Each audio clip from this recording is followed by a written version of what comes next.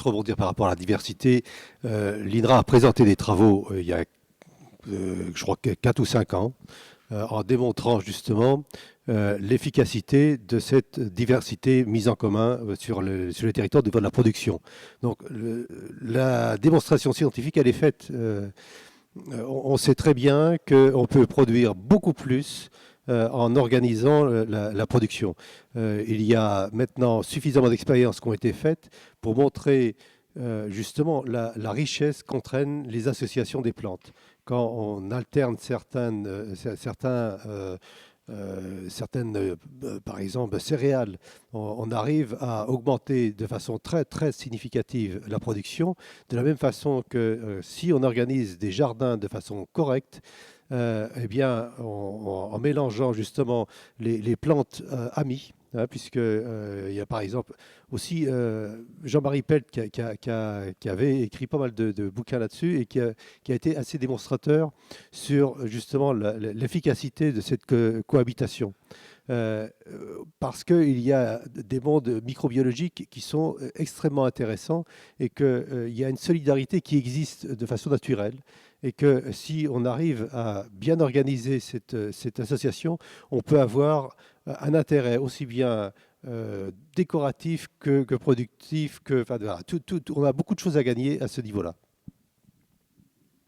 En vous écoutant, je me demande, c'est peut-être plutôt une question pour l'INRA, je ne sais pas, mais si justement les recherches en agronomie vont vers des systèmes holistiques, est-ce qu'on est vraiment sur des recherches d'environnement global ou d'environnement justement en particulier, vraiment des recherches de terrain, ou est-ce qu'on est encore dans des recherches très micro est-ce qu'on va vers de la recherche plus holistique? Ouais, ma question de départ, je pense qu'elle est assez claire. Je vais répondre d'abord en biologiste, on va du point de vue sociologique. Une chose qui m'a toujours frappé, justement en voyant la recherche agronomique, c'est par exemple que la France a été pionnière dans les années 60-70 dans ce qu'on appelait la lutte intégrée ou lutte biologique. C'est-à-dire que pour avoir de belles cultures, de bonnes cultures contre un certain nombre de prédateurs, on associait des insectes, prédateurs de prédateurs, on associait du chimique quand il fallait, on associait des rotations de cultures, etc. Mais ceci était ce que faisaient d'ailleurs les populations, l'agriculture dite traditionnelle, archaïque, telle qu'elle est vue par un certain nombre d'ingénieurs, c'est ce qu'ils font. Hein.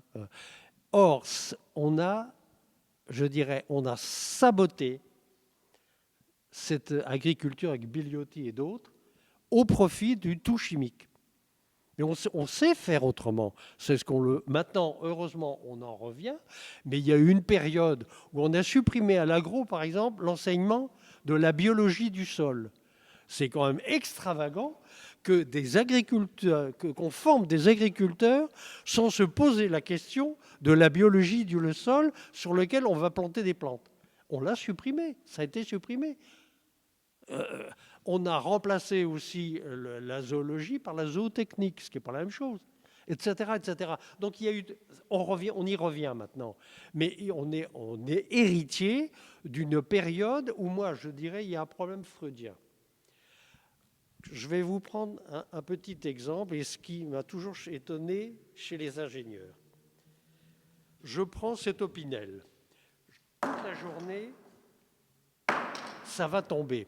Et ça, c'est satisfaisant pour un ingénieur des ponts et chaussées, pour un polytechnicien. On travaille sur du sûr. Dans le vivant, c'est pas comme ça. Il y a toujours une part d'imprévu. Et moi, j'ai l'impression qu'à un certain nombre, il y a une période à l'agro, on n'aimait pas l'imprévu. On voulait être comme les autres. Et donc, tout ce qui était du vivant, tout ce qui était l'approche du vivant, on l'a mis de côté.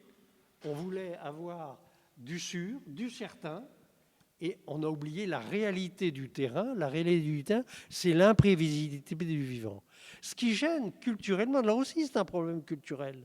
C'est pour ça que, pourquoi en France, on a découpé au XIXe siècle les disciplines en petits morceaux? Je dis toujours souvent à mes étudiants, en France, on est impeccable pour décrire la moindre détail d'une queue d'arône, du tiroir d'une commode Louis XVI, mais on oublie qu'il y a une commode. On a une analyse cartésienne, on découpe, mais on oublie la réalité. Et ce que tu dis, ça correspond aussi à un problème culturel. Moi, je l'ai vu au niveau scientifique lorsque j'étais à l'université, lorsque je travaillais avec des collègues allemands ou anglais, il n'y a pas cette vision où on découpe les problèmes. Alors, dans certains cas, découper les problèmes, c'est important pour résoudre la question. Mais dès qu'on travaille sur le vivant, ça ne marche plus aussi bien. Oui, juste même type de réponse. Donc, à l'INRA, et clairement non au départ, parce que la tendance, elle a été plutôt à l'hyper-spécialisation, avec des chercheurs de plus en plus analytiques, une recherche de plus en plus pointue, parce que c'est là aussi, c'est la façon même dont on est évalué, c'est-à-dire que ça se publie plus facilement que des approches holistiques, qui sont toujours plus complexes. Et donc, comme on est évalué à la publication, effectivement, on n'avait pas tendance à aller vers ces approches un peu systémiques. Pour autant, les choses sont en train de changer. Il y a de plus en plus de revues et ce qui est aussi important à noter, c'est que les technologues de l'INRA, qui sont beaucoup plus puissants que nous ne le sommes, en approche système, donc se disent maintenant que, certains en tout cas, qu'ils ont tellement fractionné les aliments qu'ils ne peuvent pas aller plus loin.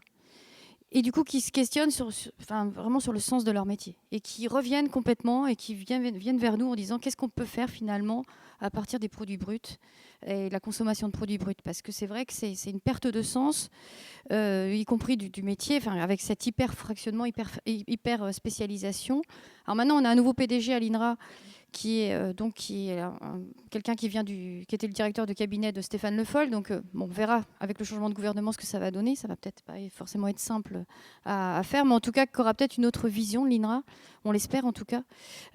Plus proche des citoyens, plus proche plus pragmatique aussi en fonction des questions qui se posent. Mais en tout cas, là aussi, je pense que chacun doit avoir un rôle et chacun peut aussi faire en sorte que la recherche publique change en la sollicitant, en la questionnant, en l'interpellant. En tout cas, c'est là aussi que, en tant que citoyen, oui, l'INRA est très à l'écoute de ce que font les citoyens, de ce que pensent les citoyens, de ce que veulent les citoyens. J'en suis pour preuve que si je suis là, si je vais être directrice de recherche si je suis directrice de recherche à l'INRA, c'est bien parce qu'à un moment donné, les citoyens ont fait en sorte que je sois entendue.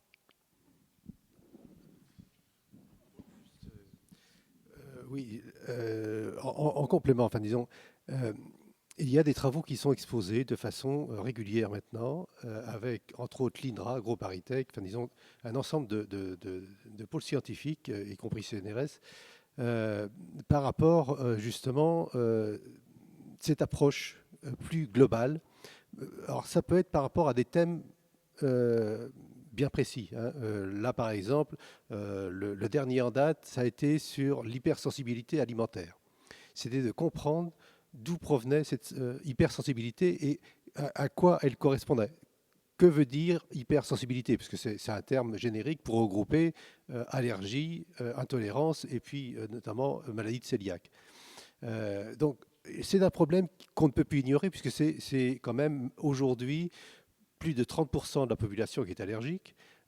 Dans à peu près, dans moins de 10 ans, ce sera une personne sur deux.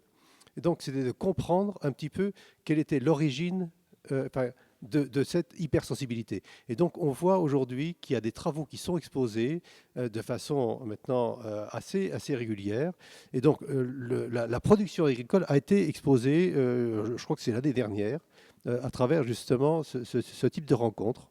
Alors, donc, c'est des travaux scientifiques qui sont présentés de façon la plus accessible pour du moins ceux qui ne sont pas forcément dans le milieu, mais qui permettent de comprendre un petit peu les changements qui sont insufflés également dans les centres de recherche publics. Puisqu'il y a maintenant des collaborations qui sont de plus en plus suggérées entre les entreprises et le monde scientifique pour favoriser justement l'avancée de la recherche. hein.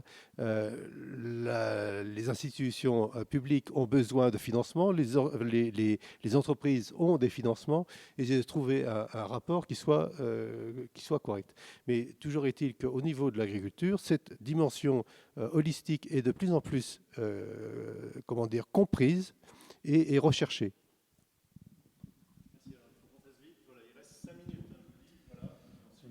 Il y a un autre aspect aussi qui est complexe, c'est qu'une vision systémique, en fait, ça ne s'explique pas.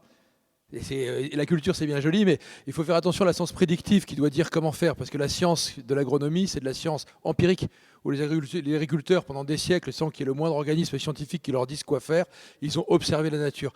Plus qu'observé, ils ont contemplé. C'est de la contemplation de la nature, et ils ont pu trouver. Et un autre exemple qui vous montre pourquoi les nouveaux modèles peuvent bien marcher, quand moi je bosse avec des agriculteurs, je prends des agronomes indépendants. C'est-à-dire qu'ils ne vendent ni produits, ni machines, ni quoi que ce soit.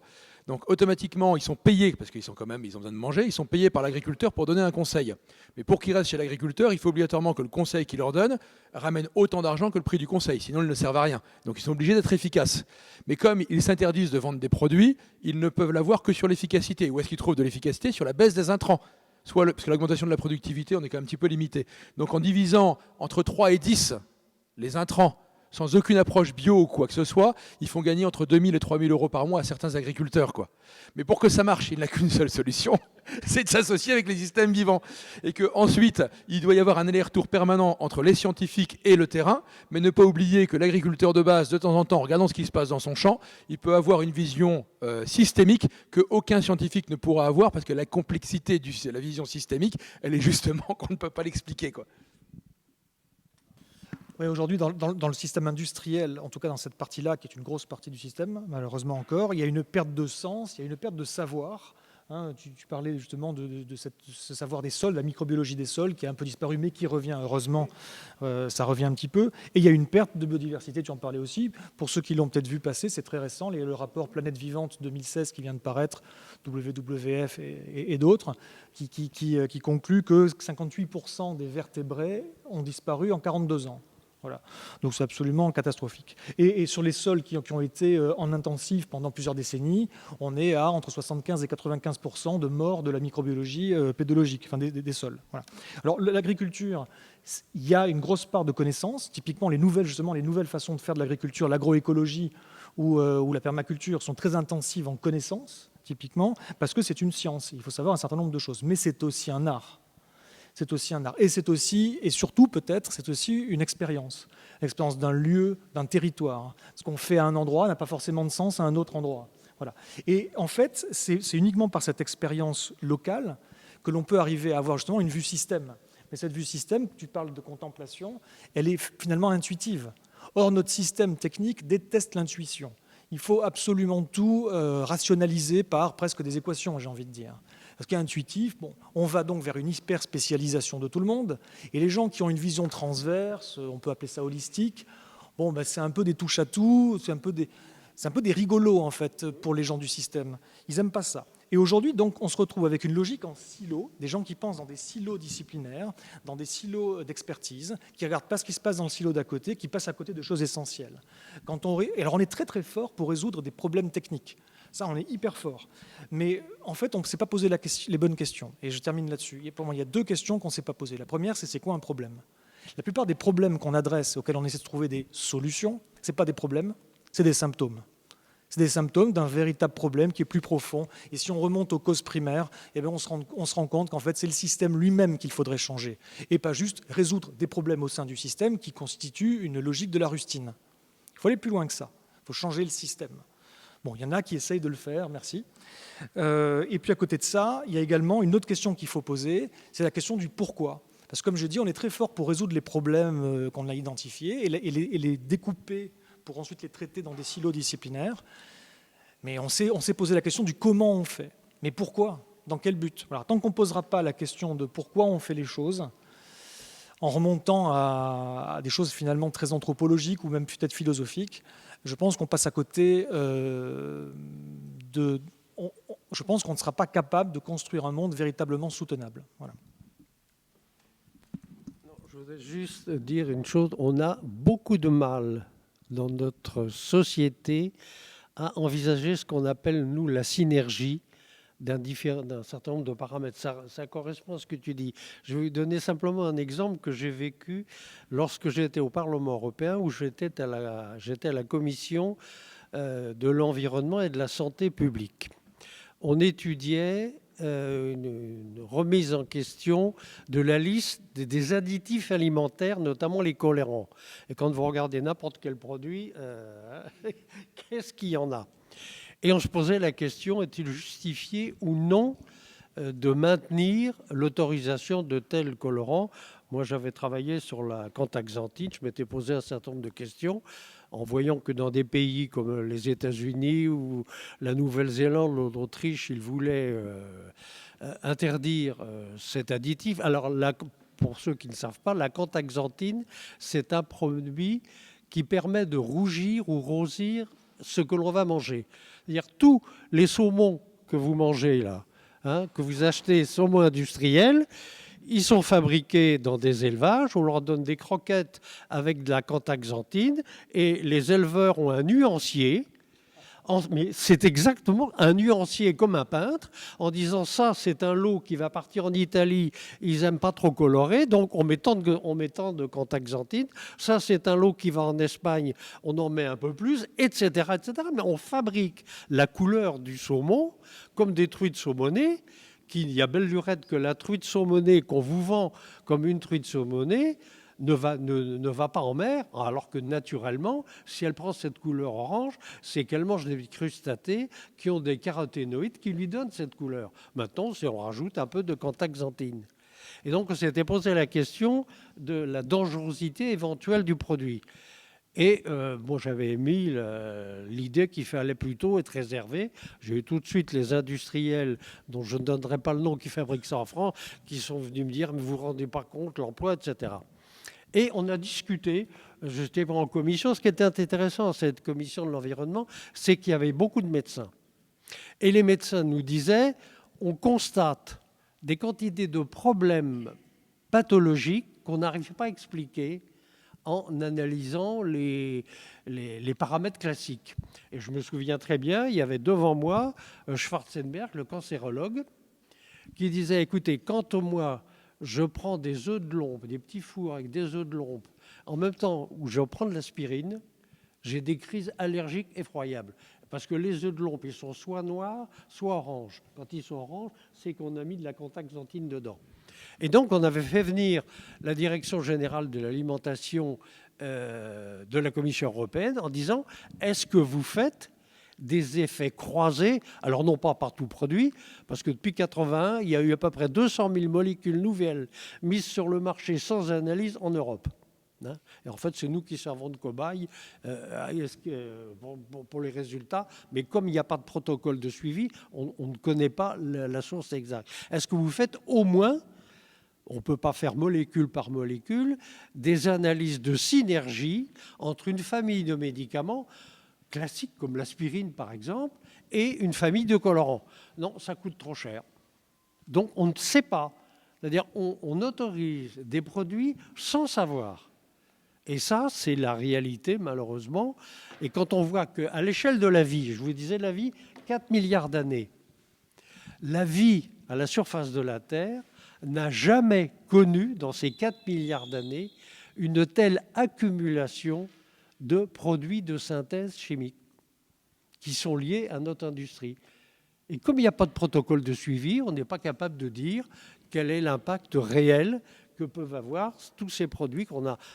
Ici, le vernis qui a été utilisé, l'air que nous respirons, les vêtements que nous portons, tous ont des effets, mais comme individuellement, ils sont analysés individuellement, mais pas en synergie, on ne sait pas. Et ça, je pense, c'est un des problèmes majeurs de nos sociétés, c'est de se préoccuper de la synergie des paramètres. Ce qu'on ne veut pas faire ou ce quelquefois on ne sait pas faire. Oui, c'était une question peut-être pour essayer d'amener vers une conclusion. Le principe de cette table ronde citoyenne, c'est aussi de s'adresser donc aux citoyens présents dans la salle, mais aussi à la caméra. Et donc, comme à chaque table ronde, qui ont été très intéressantes sur le climat, la finance, le travail, etc., la démocratie, on a toujours un panel très intéressant de gens différents on sent qu'ils parlent du terrain, de l'entreprise. Là, on a l'agriculteur qui est parti, etc. On a des gens plus dans un système comme l'INRA, de la recherche. On a eu donc Jean-Pierre Raffarin qui a été député. Donc on a un peu tout le panel, là encore, à table aujourd'hui. On sent bien qu'il y a des choses que vous partagez beaucoup, que souvent, d'après ce que vous expliquez chacun, c'est un problème d'échelle. C'est qu'on sent qu'il y a plein de solutions qui existent déjà, mais que pourquoi nous, citoyens de base, on ne les a pas. Et du coup, j'aurais envie de vous poser comme question à la fin, pour savoir pour vous, rapidement, pour chacun de vous, qu'est-ce qui est le plus bloquant? Est-ce que, on parlait de minorité, par exemple, on a un agriculteur bio et son collègue, il se sent minoritaire, et du coup, peut-être qu'il y a une espèce d'oppression, de répression. Des fois, ça peut être les politiques. Mais j'aimerais bien savoir juste, pour chacun d'entre vous, quel serait l'obstacle prioritaire pour que ce que vous nous avez expliqué puisse changer d'échelle et arriver plus largement dans la vie de tous les jours, dans les médias, chez nous, etc. Je ne sais pas si c'est clair, mais vous voyez, chacun aura peut-être la même chose à dire, ou peut-être rien, ou peut-être pas, mais ça me paraît intéressant de vous demander ça. Je ne sais pas si on peut commencer par vous. Moi, j'ai déjà souvent réfléchi à ça. En fait, il n'y a pas grand-chose qui empêche d'avancer. Mais je dirais que je vois, il y a 4 catégories de personnes. Il y a les tordus qu'on a déjà évoqués, donc ceux qui ont une stratégie en prétendant qu'ils vont rendre le monde meilleur par la finance, etc. Bon, mais ceux-là, je joue contre eux, donc voilà, c'est mon adversaire, quoi. Après, il y a ceux, effectivement, qui ont envie de se développer sur la vie. Puis après, il y a 2 autres catégories de personnes, qui sont les tristes et les bougons. Et ça, c'est ceux que je vois le plus souvent, et qui sont les monsieur tout le monde, madame tout le monde, etc., qui passent leur temps à râler contre le système, le machin, etc., etc., mais qui ne se mettent pas les tripes sur la table pour vouloir y aller, quoi. Donc moi, le principal obstacle que je vois, c'est le manque de détermination des citoyens, non pas pour critiquer, mais pour construire.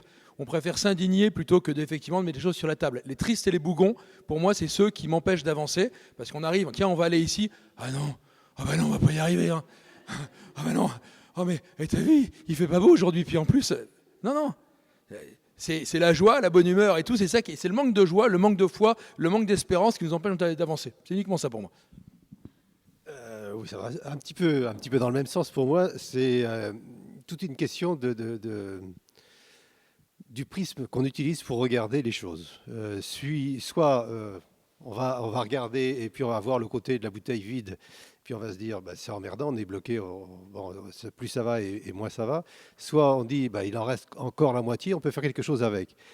Et ce que j'essaye de faire valoir, c'est en tout cas, que ce soit au niveau dans le milieu associatif ou dans le milieu de l'entreprise dans lequel je suis aussi, c'est de faire comprendre qu'il y a des solutions, pour autant qu'on accepte de se mouiller un petit peu la chemise pour les mettre en œuvre, et que c'est une application de chacun. C'est un peu facile effectivement de dire ça ne va pas.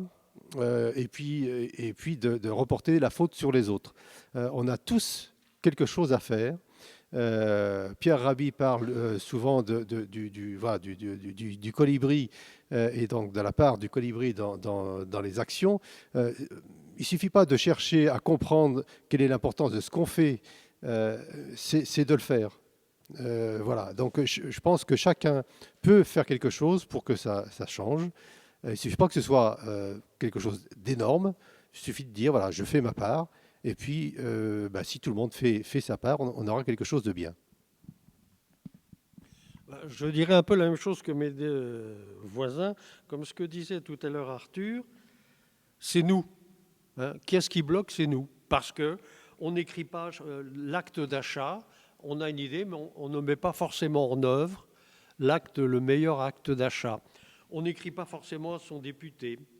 Comme il disait, l'acte d'achat, c'est le meilleur bulletin de vote. Et j'en suis persuadé, mais je reconnais que quelquefois, je me résigne. Je dirais, le blocage, c'est moi, c'est pas les autres. Parce qu'on a aussi, ce que tu disais, très souvent tendance à dire, c'est les autres. Non, ça commence par nous, ce qu'on peut appeler la conversion écologique, et d'aller jusqu'au bout de notre résistance au milieu ambiant, et également notre souci de chercher à s'informer. Parce que très souvent, on se contente de ce qui est dit à la radio ou ce qui est dit au poste, comme on disait autrefois. Maintenant, les gens regardent plus la télé, et on prend pour argent comptant sans chercher à... Alors, ça demande de l'effort. c'est vrai, sans chercher à croiser l'information pour avoir l'information qui permette un bon choix. Mais finalement, c'est nous, c'est pas les autres, ça. Je ne vais pas forcément être très originale parce que justement c'était un peu la même idée. Et c'est tant mieux parce que voilà, enfin, ça montre au moins qu'il y a une convergence. Et moi c'est vrai que je travaille la notion de démocratie alimentaire, qui est plutôt une notion utilisée dans les pays anglo-saxons, mais enfin, c'est bien l'idée du renouvellement démocratique à partir de l'alimentation. Donc essayer justement et de permettre à chacun de redevenir citoyen à partir de ce qu'il fait, de ce qu'il consomme. Et donc voilà, je pense qu'il y a des outils possibles. En ce moment, l'État est en train de mettre en place ce qui s'appelle des projets alimentaires territoriaux. Donc c'est prévu dans la loi d'avenir agricole. Emparez-vous de ça, quoi. Emparez-vous, regardez auprès de vous où est-ce qu'il est le PAT. Allez dire ce que vous en pensez, ce que vous avez envie de faire. Donc voilà, c'est déjà rien que simplement ça, s'emparer des outils existants, sans forcément en produire d'autres, mais donc en tout cas à chacun. Et la démocratie alimentaire, je pense qu'elle s'apprend surtout aux jeunes. Enfin, moi, je suis très optimiste parce que c'est vrai que j'enseigne à des étudiants agro depuis longtemps. J'ai vu vraiment à un moment, j'avais peur parce que je voyais des étudiants très emballés par la techno, par tout ça, par les finances. Je les vois revenir justement vers d'autres formes, vers des formes plus locales, plus solidaires. Donc voilà, mais ça, je pense que ça se construit même avant avec des enfants, leur montrer, et je pense que c'est tout simple, parce que apprendre la démocratie à partir de ce qu'on mange, je crois que c'est vraiment très... Enfin, nous, on l'essaie avec des mômes, et c'est vraiment très efficace, quoi. Donc, je plaisante. Non, je m'inscris dans la même ligne.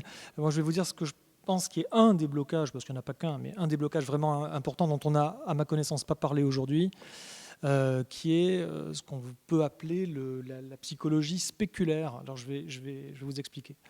Il ne faut pas opposer, une fois de plus, le haut et le bas, ce qu'on peut faire chacun d'entre nous tout en bas et ce qu'on peut faire tout en haut. Ce n'est pas exactement la même chose, mais pour changer ce qu'il y a en haut, il va falloir se bouger en bas de toute manière. Donc que ce soit nous les consommateurs, que ce soit les producteurs, que ce soit à tous les étages de la chaîne, j'ai envie de dire que plus encore dans l'alimentation et dans l'agriculture que dans n'importe quel autre domaine, le choix de nous en tant que consommateurs, que citoyens, que consommateurs est absolument prioritaire. Et puis après, il y a une histoire, c'est l'histoire du centième singe, que certains connaissent peut-être. C'est une métaphore quand on dit le centième singe. Mais en fait, c'était une expérience qui avait été menée par les Américains sur une île. Passons les détails. Ils ont mis des singes sur une île avec des noix de coco, un peu partout dans les cocotiers. Et puis, ils ont laissé les singes se démerder. Puis un jour, ils ont pris un singe et ils lui ont appris comment faire un outil pour casser la noix de coco. Puis le singe, il s'est mis à casser sa noix de coco d'une manière un peu différente, vachement plus efficace. Et puis, un autre singe s'est mis à faire pareil. Puis un autre singe, et puis il y avait des milliers de singes sur l'île. Et quand, ça c'est évidemment métaphorique, quand le centième singe s'est mis à casser ses noix de coco pareil, tous les autres singes spontanément et automatiquement se sont mis à le faire. Donc c'était peut-être pas 100, le chiffre exact évidemment, mais c'est tout ça pour dire qu'il y a une idée se sont mis à utiliser la méthode. Voilà. C'est-à-dire qu'en fait, c'est simplement l'histoire de la masse critique. Il y a un moment où ça permet de faire basculer l'intégralité de la société quand on atteint cette masse critique. Et le problème sur lequel... Le problème que je veux pointer, c'est sur la difficulté de l'émergence de cette masse critique, parce que la masse critique, on y est peut-être déjà, ou on n'est peut-être pas loin, mais elle s'ignore. Et elle s'ignore à cause de ce qu'on appelle la psychologie spéculaire. Spéculaire, ça veut dire dans le miroir, c'est-à-dire quand on regarde les autres en face. Si ça se trouve, ici, dans la salle, on est tous à penser qu'il faut changer de système, qu'on va se casser la gueule si on ne change pas, qu'il faut changer ceci, cela, mais... Comme ce n'est pas mainstream, comme ce n'est pas la façon de penser du plus grand nombre, en tout cas de ce que nous projettent les médias, chacun ferme sa gueule parce qu'il a peur de passer pour un crétin. Et tant que chacun, si ça se trouve, on est tous d'accord, mais personne ne le saura jamais. Et si ça se trouve, il y a une masse critique qui existe déjà, mais elle ne le sait pas, parce qu'on ne communique pas les uns avec les autres là-dessus. Donc je pense que c'est un grave problème, qui est qu'on fait un peu comme les autres, et c'est le cas également chez nos politiciens. Tant qu'il n'y en a pas un qui bouge, les autres ne vont pas bouger. Et je pense qu'il faut dépasser ça. Et ça se joue au niveau psychologique.